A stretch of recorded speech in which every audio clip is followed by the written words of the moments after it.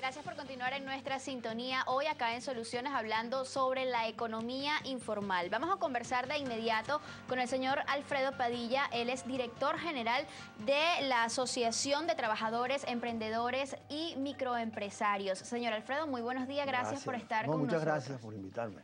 Gracias a usted. Vamos a comenzar definiendo qué es o qué se entiende por economía informal. Bueno, generalmente remite al término de que no está formalizado el negocio. Y la interpretación más común es que se trata de buhonería. Y en nuestra asociación preferimos hablar de economía privada popular. Se haya formalizado o no, la mayoría no se formaliza, pero se trata de economía privada popular para distinguirla del cooperativismo, que es una cosa legítima, está en la Constitución también, que es una propiedad colectiva sobre alguna actividad económica, y también para distinguirla de la economía comunal, que es un modelo pues, que quienes les gusta lo practican con el apoyo del Estado, que es la economía comunal, colectivista, etc. La economía privada popular existe, siempre existió en Venezuela. Y son en este momento aproximadamente 7 millones de personas que realizan actividades que le generan su propio empleo y le procuran empleo a otros. De manera que representa un volumen enorme de trabajo. Hablábamos en el área metropolitana de unos 50.000 personas que ejercen la economía informal. ¿Esta cifra quizás ha podido aumentar? Seguramente, porque posiblemente, no sé exactamente el punto de partida de la alcaldía de Caracas, que creo es quien da la cifra, puede estarse refiriendo a la buhonería que se suma en toda la Gran Caracas, que puede estar allí, pero cuando uno entra al barrio adentro, en José Félix Rivas, por ejemplo, se va a conseguir que el 60% de las quincalles y las bodegas son informales, pero están ahí establecidas en el barrio, ¿no? De manera que si uno va entrando más hondamente en el tema, se va a conseguir con la repostera que trabaja dentro de su casa porque tiene una clientela en su entorno vecinal, o con el carpintero del barrio, o el mecánico que te repara las cosas, o el latonero, el albañil, y cuando vienes a ver estamos hablando de una diversidad enorme, no estamos hablando de unos buhoneros que molestan a la gente en la calle, nada más, cosa que es cierta en bastante medida. Estamos hablando de un fenómeno de mucho peso, porque además se estima que esa economía mueve aproximadamente el 15% del Producto Interno Bruto. ¿Hasta qué punto la economía informal se encuentra al margen de la legalidad? Bueno, el tema es la formalización, porque ¿qué pasa? En Venezuela para registrar una empresa, como mínimo, se necesitan 180 días, sin contar con el tráfico de influencia y la bajada de mula, digamos así, ¿no? Y por supuesto, el costo de la formalización es muy alto. Para que eso se resuelva, se necesita modificar el Código de Comercio para que haya ventanillas únicas y trámites fáciles para quien quiera formalizar un negocio, lo cual es una ganancia porque se convierte en contribuyente municipal. Entonces hay que reformar el código, hay que facilitar la bancarización de esta gente para que puedan accesar al crédito, bancarizar, y se ha convertido también en una política interesante que hay que reconocer tanto de banca pública como privada, de llegarle el microcrédito a la gente que emprende, ¿no? Pero para que el crédito llegue necesita que esté bancarizada y para eso se necesita que abra cuenta y para eso se necesita que sea fácil hacerlo, ¿no? Para que pueda facilitarse un préstamo para mejorar un negocio, etcétera, ¿no? Mientras tanto, están en manos del prestamista agiotista que cobra bárbaramente y ellos pagan puntualmente, por cierto, también ahí. Por lo tanto, podrían pagarle a la banca con puntualidad. Se ha hablado mucho o se ha mencionado mucho la palabra anarquía cuando se habla de informalidad, al menos en Venezuela. ¿Por qué esto es así? Porque generalmente se confunde o se reduce economía informal con economía informal de calle, o sea, buhonería, que lo es abundante en Venezuela y muy anárquico, entre otras cosas, porque, bueno, yo creo que falta allí diálogo de las autoridades para reordenar. Porque una cosa es sacar a la economía informal y condenarla a muerte económica, como por ejemplo, creo yo, que ha hecho la Alcaldía Libertador en algunos casos.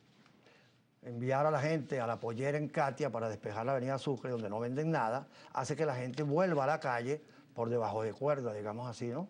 Mercado negro, pues con las autoridades te permiten vender en la calle porque allá nadie te va a comprar.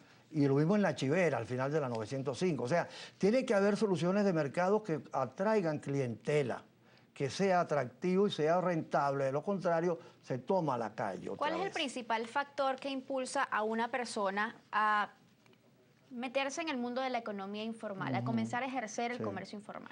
Bueno, uno por necesidad y otro por sentido de la oportunidad.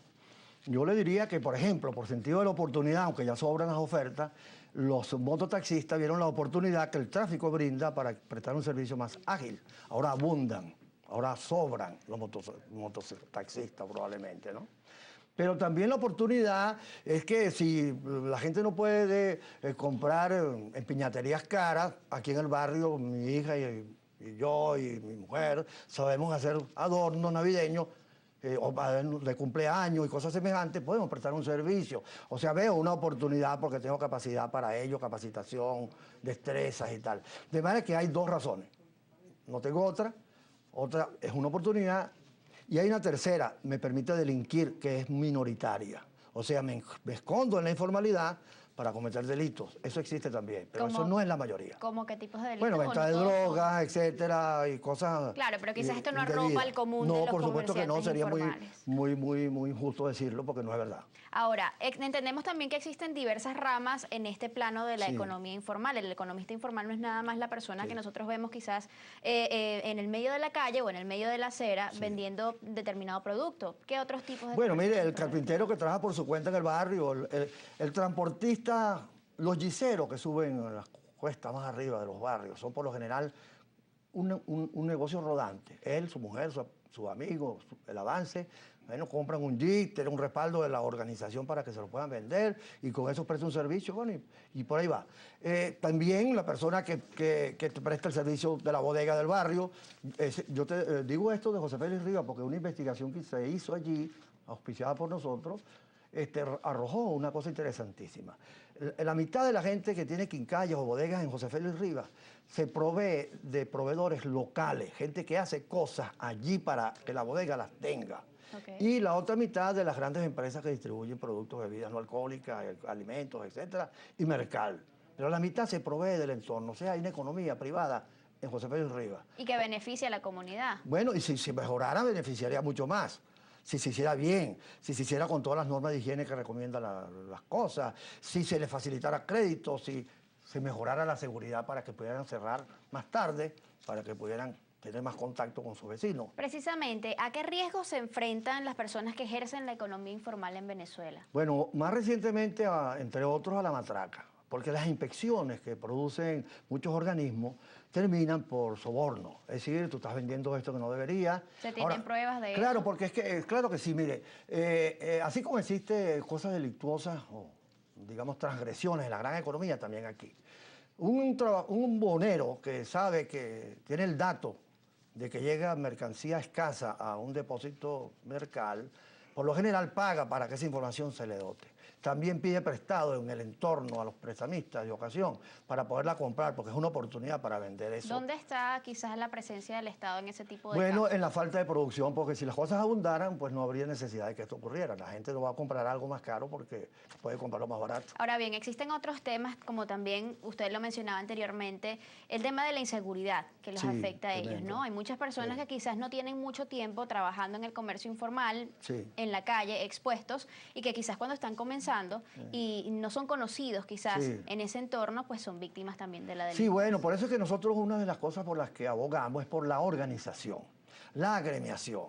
Desde que el mundo es mundo, los gremios son necesarios. En un condominio no todos hablan con el dueño del edificio, ¿no? Es la junta. Bueno, los gremios electos por sus compañeros son una representación y ojalá que buena, ¿no? Pero las autoridades municipales tienen que hablar con los trabajadores de la economía informal para reordenar los espacios públicos, recuperar espacios y no destruir fuentes de ingresos que pueden zumbar a la gente al delito. O sea, ¿cómo recuperar los espacios públicos? ¿Cómo reordenarlos? Bueno, eso pueden ser horarios, mobiliarios adecuados, días especiales de feria, no todos los días. En fin, muchísimas cosas se pueden hacer, mercados atractivos, pero tiene que haber diálogo. Como lo reclama el país en muchas cosas, en este aspecto tiene que haber diálogo. Por ejemplo, la ley de costos y precios que se está aplicando es para toda persona natural o jurídica. Casi todas estas cosas a las que nos estamos refiriendo son personas naturales, casi ninguna es jurídica. De modo que las inspecciones, los controles, las multas, las prisiones de 8 a 10 años, todas las cosas que prevé la ley son teóricamente aplicables a un buhonero. De manera que es muy importante más bien reunirse con esa gente y modificar aquellas cosas que puedan hacer más bien peligrar la iniciativa económica popular, darle lugar entonces a más delitos, porque a menos oportunidades de progresar, pues la tentación del delito aumenta, ¿no? Ahora, también en este caso quisiéramos que nos comentara, pues, cuál es la situación de un comerciante informal en las calles de Venezuela. Se ha dicho mucho, también con respecto al tema de la anarquía, que ellos sin lugar a duda afectan un poco lo que es el normal desenvolvimiento del entorno ciudadano, ¿no? Correcto. ¿Cuáles serían esos principales factores? Bueno, mire, son muchos los que concurren en la perturbación del espacio público. Si el transportista no se para en la parada, él crea un caos. Si el que desembarca mercancía lo hace a la hora que le da la gana, en el lugar donde le parezca, ese camión crea un caos. Y los boneros también crean un caos. De manera que hay que reordenar la ciudad. Y eso se hace con una corresponsabilidad como los condominios. Bueno, vamos a comprometernos todos a hacer lo que tenemos que hacer. Y eso es un trabajo de diálogo y por eso es que nosotros en este campo de trabajo impulsamos esta actividad. Diálogo por la reconciliación. Porque si en Katia, los vecinos, las organizaciones de transportistas, las organizaciones de la economía informal y las autoridades se sientan a dialogar, pueden llegar a acuerdos. ¿Cuáles días de la semana se venden y cuáles no? ¿Hay ya iniciativas en este sentido? Sí, bueno, se está promoviendo. Nuestra actividad está constantemente dirigida a fortalecer la agremiación del que trabaja por su cuenta, no solamente del bonero, como decía, a fortalecer su capacidad de diálogo con otros actores locales que se sienten perturbados o beneficiados, porque cuando usted compra a la entrada del barrio, tiene un beneficio también, ¿no? Lo consiguió a última hora, a las 10 de la noche ya lo puede hasta agradecer. De manera que todos algo hacen a favor y en contra del entorno urbano, así que todos tendrían que ponerse de acuerdo y eso es diálogo a nivel popular. Así es. Otro aspecto fundamental del que usted hablaba era ese aporte del 15% del Producto Interno Bruto que aporta la economía informal, al menos en Venezuela. De esto y mucho más, sobre todo, cómo afecta el desarrollo de la economía formal, digamos, el ejercicio de la economía informal en el país. Vamos a estar hablando en el próximo segmento. No se aparten, ya volvemos. Bueno, tengo 3 años más o menos aquí en la calle. El por qué, bueno, honestamente no hay mucha fuente de trabajo y mucho menos para los jóvenes. Bueno, yo tengo chucherías aquí porque aquí hay una pequeña clínica y pues es lo que me da pues para vender. ¿Qué estudias? Administración de empresas. ¿Y cómo vas en la carrera? ¿Ya terminaste?